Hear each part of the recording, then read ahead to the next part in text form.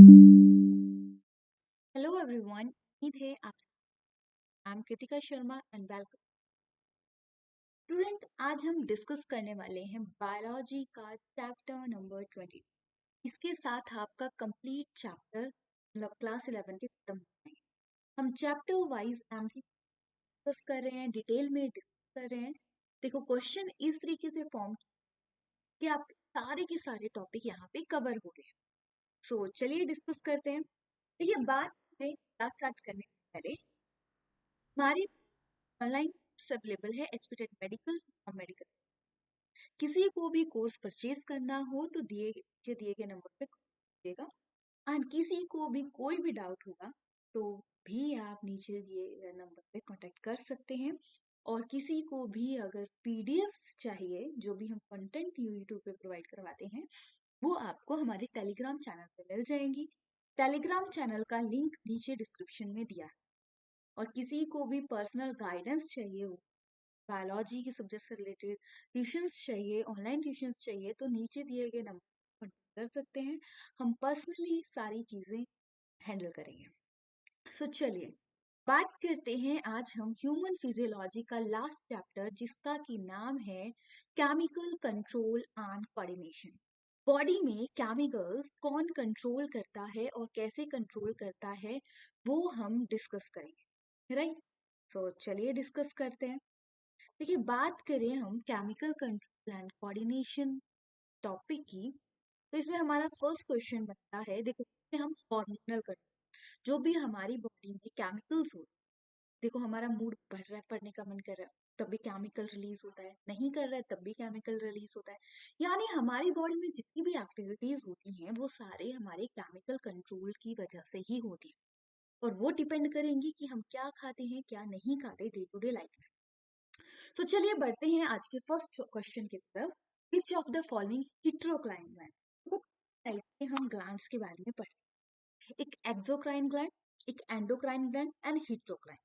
Exocrine gland gland होते हैं the gland have duct for secretion of their product. उसमें क्या होती है, डक्ट होती है सिक्रीशन के लिए, जैसे sweet and silvery gland. Endocrine gland जिनमें की क्या रहता है, लैक ऑफ ए डक्ट, जो ट्रांसपोर्ट डायरेक्ट करते हैं ब्लड में, जिसका कि एग्जांपल आ जाते हैं पिट्यूटरी एंड थायराइड ग्लैंड।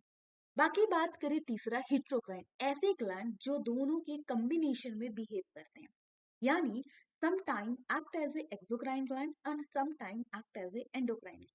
तो वो आते हैं हमारे पेनक्रियास एंड, ये याद रखिएगा। ये क्वेश्चन पूछा जाता है, कभी एक्सो से पूछा जाता है, कभी एंडो से पूछा जाता है। तो कोई भी क्वेश्चन बता पूछा जाता है थायराइड किस टाइप का ग्लैंड है, पूछा जाता है सल्वरी ग्लैंड किस टाइप का ग्लैंड है। सो कैसे भी क्वेश्चन आते हैं, हमें जब भी तैयारी करनी है हमें प्रॉपर तरीके से तैयारी करनी है। देखिए, क्वेश्चन को तभी तो इस तरीके से बनाया गया है कि आपके सारे के सारे यहाँ पे टॉपिक्स कवर हो जाएं। इसीलिए ये 25-30 मिनट की क्लास है, वो आपको बहुत ही बेनिफिट देने वाली है। चलिए, विच ऑफ द फॉलोइंग हिट्रोक्राइन भी करेक्ट हो जाता है, साथ में मैंने आपको और बताया। हाँ, ठीक है। थायराइड की बात करें तो ये एंडो है, सैलरी की बात करें तो ये एक्टो है, और पिट्यूटरी की बात करें ये भी एंडो है। ये अभी हमने चलिए फिर नेक्स्ट क्वेश्चन की तरफ। First hormone discovered. First hormone पता लगा था कि बॉडी में हार्मोन्स होते हैं, तो इसके बारे में फर्स्ट टाइम किसने, मतलब कौन सा फर्स्ट हार्मोन।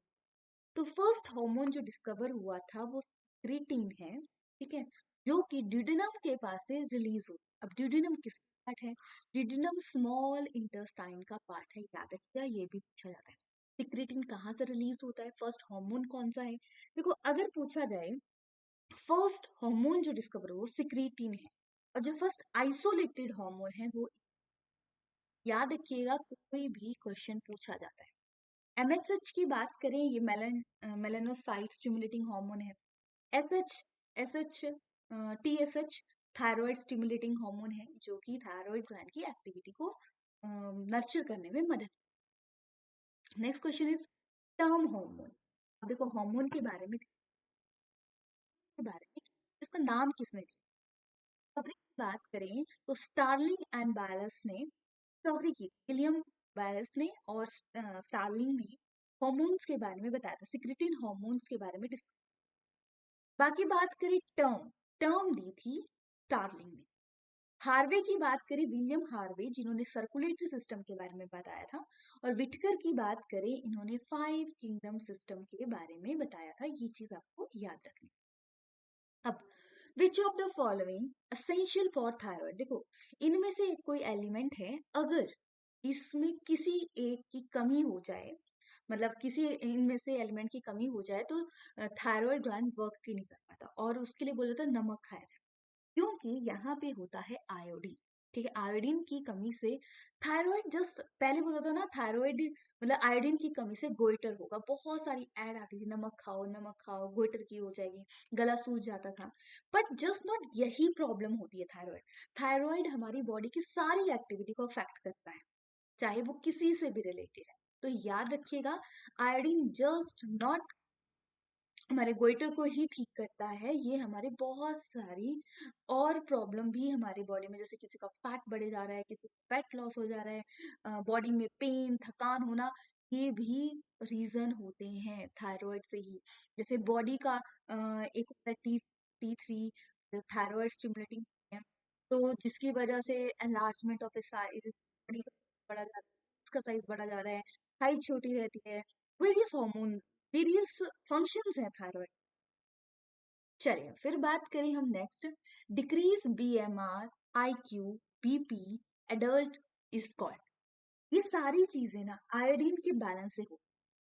तो हम देखते हैं, देखो गोइटर के बारे में मैंने अभी आपको बताया, आयोडीन की कमी की वजह से जो गले के पास स्वेलिंग आ जाती है वो।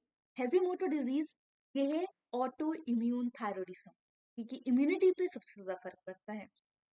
और बीपी डिक्रीज होना, आईक्यू डिक्रीज होना, ये थायराइड की वजह से ही होता है। तो माइग्रेनिमा प्रॉब्लम होती है। क्रिटिसिज्म की बात करें, ये लो बीएमआर होता है इन्फेंट्स। देखो बीएमआर इसमें भी कम है, इसमें भी कम, पर माइक्सोडीमा एडल्ट की प्रॉब्लम है, और मतलब बच्चों में जो, तभी तो लेडी जो प्रेग्नेंट होती है उनका थायराइड टेस्ट भी किया जाता है, क्योंकि इसकी वजह से वेरियस प्रॉब्लम बच्चे को फेस हो सकती है। Next, adrenal gland, adrenal gland present, तो एड्रिनल ग्लैंड जो है वो एड्रेनलिन हार्मोन सिक्रेट करता है, जो जिसे कि हम स्ट्रेस हार्मोन, जो कि बॉडी को, या फाइट एंड फ्लाइट, जैसे कि हम कोई बार डरते हैं, एक्टिविटी फास्ट हो जाती है, कुछ भी होता है, ताकत दे देता है एकदम से, तो वो एड्रेनलिन करता है। ये top of the kidney present होता है। देखो ये प्रीवियस ईयर आए क्वेश्चन, देख सकते हैं ये। ठीक है, ये है किडनी, किडनी के ऊपर एड्रेनल ग्लैंड होता है। इसके दो रीजन होते हैं, एक कॉर्टेक्स रीजन बाहर वाला, और एक आता है मेडुला रीजन। अब जो रीजन रहता है उसके 3 जोन जो आते हैं, ठीक है, देख सकते हैं कॉर्टेक्स एंड मेडुला। तो इसके 3 जोन आते हैं, जोना ग्लोमेरुलस, जोना फेशियोला, जोना रेटिकुला। इनर साइड को मेडुला साइड जो आता है वो रेटिकुला आता है। अब बात करें रेटिकुला, ये सेक्स कॉर्टिकॉइड मतलब बोला जाता है, यानी सेक्स हार्मोन्स को सिक्रीट करता है। जो ना फेसिकुला की बात करें, ग्लूकोकॉर्टिकॉइड बोला जाता है। ठीक है, जो ना ग्लोमुलस की बात करें, कॉर्टिकॉइड, ये आउटर साइड होता है, कॉर्टेक्स रीजन। तो हमसे पूछा था मिनरल कॉर्टिकॉइड किससे हैं, तो जोना ग्लोमुलस। तीनों को ये आपको याद रहने चाहिए, पिक्चर आपको दिखा दी कि कैसे होता है, कॉर्टेक्स रीजन में क्या है, मेडुला रीजन। देखो अब दो रीजन है, cortex region and medulla region, तो बाकी सारे कॉर्टेक्स रीजन सिक्रीट करता है। बाकी बात करें इसका मेडुला रीजन, वहां से एड्रेनलिन ग्लैंड रिलीज होता है, इससे एड्रेनलिन भी होता है और नॉन एड्रेनलिन ग्लैंड भी होते हैं। एड्रेनलिन मतलब अमोनिया, मतलब नाइट्रोजन उसमें होता है, ये याद रखिएगा। Next, deficiency of A aldosterone, के एल्डोस्टेरॉन ये हार्मोन है, ठीक है, इसकी डेफिशिएंसी से क्या होता है, एल्डोस्टेरॉन सेक्स हार्मोन है। सो अगर हम बात करें एड्रेनलिन रिलीज, तो इसकी वजह से मेल टाइप टेंड्री करेक्टेड वेल्व, ग्लाइकोकॉर्मोसिया, इसमें हो सकता है थोड़ी सी प्रोनाउंसिएशन में हो गया गड़बड़, तो एनलार्जमेंट ब्रेस्ट हो जाती है मेल में। कॉजिंग सिंड्रोम, इसमें हाई शुगर हो जाता है ब्लड में। एडिसन इसमें होता है, इसमें डेफिशिएंसी होती है aldosterone. Aldosterone mainly male hormone है, और अगर इसकी कमी हो जाए, एक्सेस हो जाए, तो उससे प्रॉब्लम को फेस करना पड़ सकता है, जिससे भी ये प्रॉब्लम होती है। ठीक है? तो देखो बॉडी में जैसे कि मतलब हमारे मेल है, मेल में टेस्टोस्टेरोन है, टेस्टो एक टाइप का एल्डोस्टेरोन टेस्टोस्टेरोन है जो कि स्ट्रेंथ अप हार्मोन है। वुमेन्स में ये कम मात्रा में होता है, तो वुमेन्स में अगर ये रिलीज होता है तो मतलब ज्यादा माइनर लेवल पे तो वुमेन में भी होता है, बट अगर उसमें ज्यादा सिक्रीशन हो जाए तो उसमें फीमेल मेल करैक्टर भी आने लग जाएंगे। ठीक है, ये रहता है हार्मोनल बैलेंस रहता है। अगर हार्मोनल अनबैलेंस हो गया, एक ज्यादा सिक्रीट हो गया, तो उस वजह से भी प्रॉब्लम होती है। मास्टर ग्लैंड, देखो मास्टर ग्लैंड वो मास्टर का, तो मास्टर ग्लैंड पिट्यूटरी ग्लैंड होता है जो कि ब्रेन के पास होता है। ठीक है, याद रखिएगा ब्रेन में होता है, जो कि हमारे जितने देखो हार्मोन थायराइड है जैसे कि आयोडीन की, थाइमस हमारे इम्यूनिटी के लिए होता है, एड्रिनल ग्लैंड स्ट्रेस हार्मोन है। इन सब का जो एक्टिवेट करने का काम करता है वो होता है पिट्यूटरी, इसलिए इसको मास्टर ग्लैंड। चलिए फिर नेक्स्ट क्वेश्चन देखो ये है। ठीक है, पिट्यूटरी ग्लैंड छोटा सा हिस्सा होता है, ये हमारे हाइपोथैलेमस के पास होता है। अब आता है next question, abnormal increase in height. देखो एक्रोमेगली की बात करें, एबनॉर्मल इंक्रीज होता है लिम्स से, हाथ के पांव के। एक्रोमाइक्रिया की बात करें, इसमें होती है सिमिलर डिजीज जिसमें कि small feet, small hand, small मतलब हाइट छोटी रहती है। जेनेटिज्म की बात करें, इसमें हाइट बहुत है ना, वो इसके है। नेक्स्ट क्वेश्चन की तरफ, बर्थ हार्मोन। बर्थ के टाइम जो हार्मोन रिलीज होता है ताकि यूट्रस की स्ट्रॉन्ग कॉन्ट्रैक्शन हो सके, तो वो कौन सा हो? देखो मेलानिन की बात करें, ये कौन सा हार्मोन है? ये हमारे साइक मतलब ये आप ठीक है बताने तो मैं बता दूंगी, बट आप ये बताओ मेलानिन हार्मोन का रोल प्ले क्या होता है? ऑप्शन दे दूं? नहीं, आप ही बताओ इसका। ठीक है, ऑप्शन तो बट नहीं, आप ही बताओगे मेलानिन का रोल। वासोप्रेसिन की बात करें, ये हमारे रीएब्जॉर्प्शन अब्सॉर्प्शन मदद करता है। ऑक्सीटोसिन प्रो बर्थ हार्मोन है। ठीक है, पिक्टोसिन भी बोलते हैं इसे। और एक हार्मोन पूछा जाता है जब मिल्क सिक्रीशन होती है, तो वो कौन सा होता है? प्रोलैक्टिन। ये चीज। चलिए फिर नेक्स्ट क्वेश्चन की तरफ बढ़ते हैं। ये देखो यहाँ पे बना हुआ है। ठीक है, फिर हम नेक्स्ट क्वेश्चन की तरफ बढ़ते हैं। Which disease cause by deficiency of insulin? Insulin की डेफिशिएंसी से कौन सी, तो इंसुलिन कौन सिक्रीट करता है? इंसुलिन पैनक्रियास सिक्रीट करता है, और उसमें अगर अनबैलेंस हो जाए, बढ़ना कम होना, तो दोनों प्रॉब्लम्स हैं। अगर हम बात करें प्रॉब्लम की, तो हाइपरग्लाइकेमिया, इसमें हाई ब्लड इन शुगर। फिर पॉलीडिसीजिया, एक्सेस थर्स्ट बहुत बढ़ जाता है। मेलिकस की बात करें, इसमें डेफिशिएंसी इंसुलिन का अनबैलेंस की वजह से ये प्रॉब्लम। इन्फोक्टस की बात करें, ये ब्लड विद शुगर हो जाता है। ठीक है, इनर साइड को। और डेफिशिएंसी मतलब वॉसोप्रेसिन अगर प्रॉपर हमारा हार्मोन है वो प्रॉपर वर्क नहीं कर रहा है, एब्जॉर्प्शन री एब्जॉर्प्शन प्रॉपर नहीं हो रही है, तो ये प्रॉब्लम कॉज हो। Next, in which region MSH hormone secrete? Melatonin stimulating hormone कौन सिक्रीट करता है? देखो पिट्यूटरी ग्लैंड के तीन हिस्से होते हैं, तीन पार्ट होते हैं, एक पैराडिस्टिला, ट्यूबुला, इंटरमीडिया। ठीक है, तो अगर हम बात करें एमएसएच, तो एमएसएच हार्मोन पैरा, चलिए question, melatonin hormone is secreted by, तो इस मैंने पहले भी, ठीक है।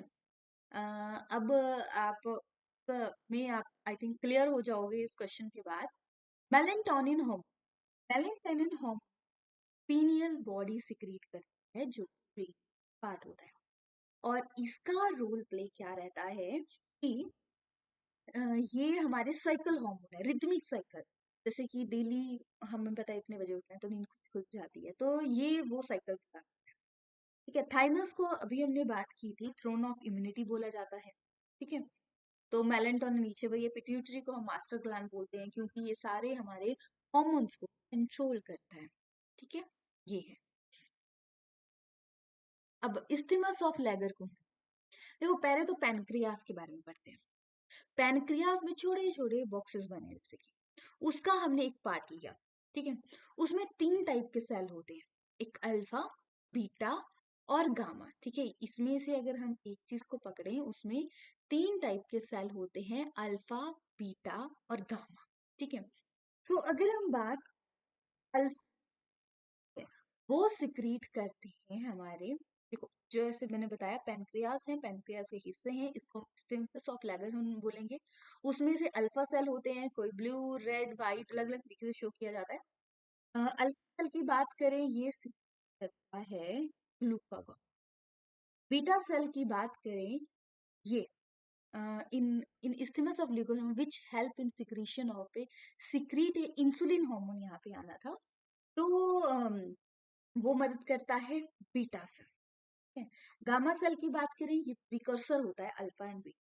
ठीक है, इस्थिमस और लैगन which help to secrete insulin hormone, यहाँ पे वर्ड मिस है, तो वो चीज याद रखिएगा, कौन सी करता है, बीटा सेल। और अल्फा और गामा प्रिकर्सर रहता है दोनों का, तो दोनों के दोनों बताओ।